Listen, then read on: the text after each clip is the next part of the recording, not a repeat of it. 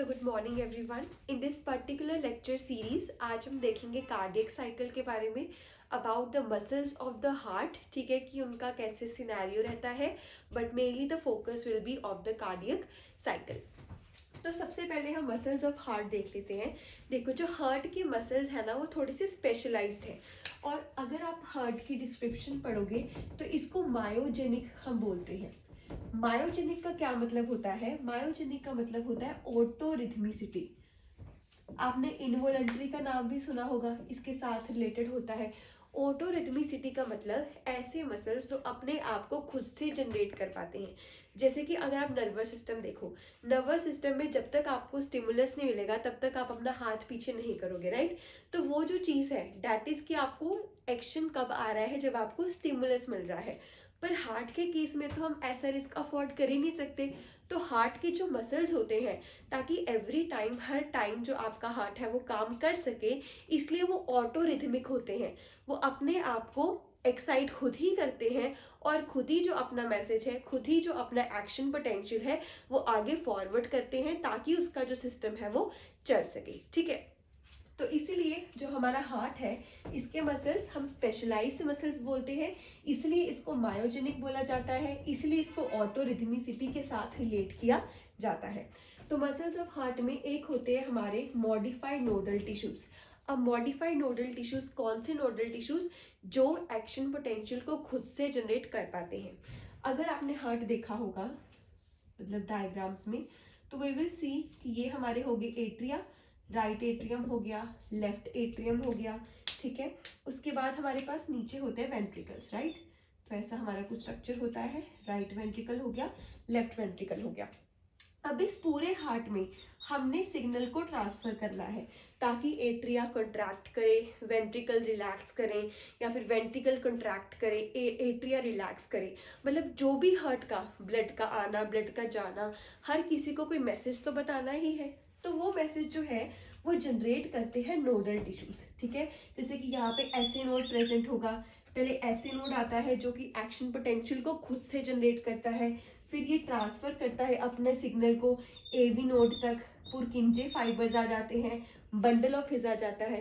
तो ये जितने भी मैं नेम बोल रही हूँ, जब आप हार्ट की डिस्क्रिप्शन पढ़ोगे, you will see these are the nodal tissues which are responsible for transferring the message in the form of action potential. लेकिन खास बात ये रही कि इनको एक्साइट करवाने के लिए कोई भी सिग्नल, कोई भी स्टिमुलस की बाहर से जरूरत नहीं पड़ी। इन्होंने खुद को, अपने आप को, जैसे हम बोलते हैं कि मोटिवेशन के लिए मैंने किसी और की वीडियो नहीं देखी, आई वॉज सेल्फ मोटिवेटेड, मैंने सेल्फ स्टडी की, वैसे ही इन्होंने अपना काम खुद किया, अपने आप को खुद से एक्साइट किया, खुद से एक्शन पोटेंशियल को जनरेट किया और सिग्नल को आगे ट्रांसफर किया। ठीक है, तो they are able to generate the action potential. Do not contract.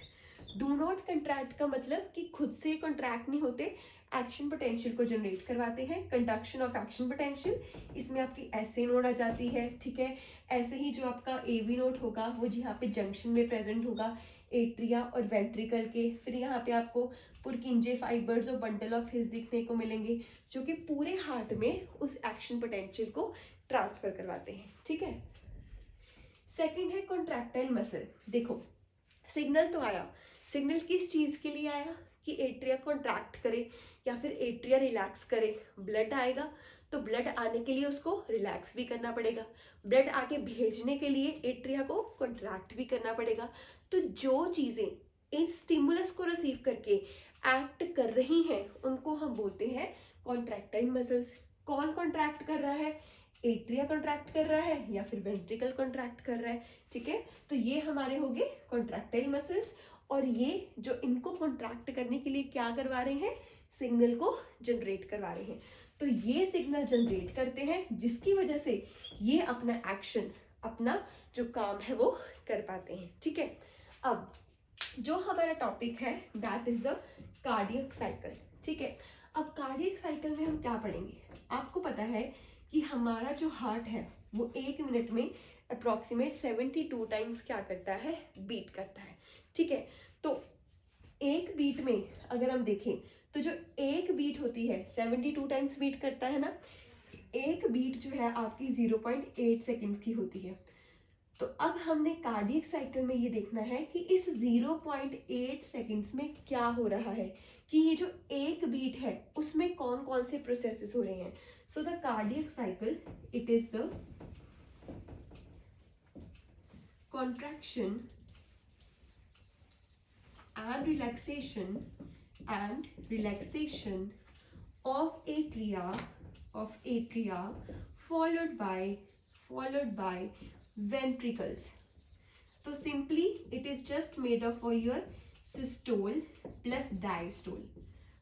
मतलब कि इसमें क्या इवेंट्स है, एट्रिया की कंट्रैक्शन, एट्रिया की रिलैक्सेशन, वेंट्रिकुलर की कंट्रैक्शन और वेंट्रिकुलर की रिलैक्सेशन। सिंपली यही है कि कैसे ब्लड जब आएगा तो कौन कॉन्ट्रैक्ट करेगा, कौन रिलैक्स करेगा, फिर कौन आगे ब्लड को भेजेगा। तो यही कंट्रैक्शन, यही डायस्टोल और सिस्टोल मिलके हमारा एक बीट, एक कार्डियक साइकिल बनाते हैं। ठीक है, तो जो कार्डियक साइकिल है इसमें दो इवेंट्स होते हैं। First is your atrial event and second is your ventricular event. Atrial event में क्या होगा, एट्रियल का सिस्टोल आएगा और डायस्टोल आएगा।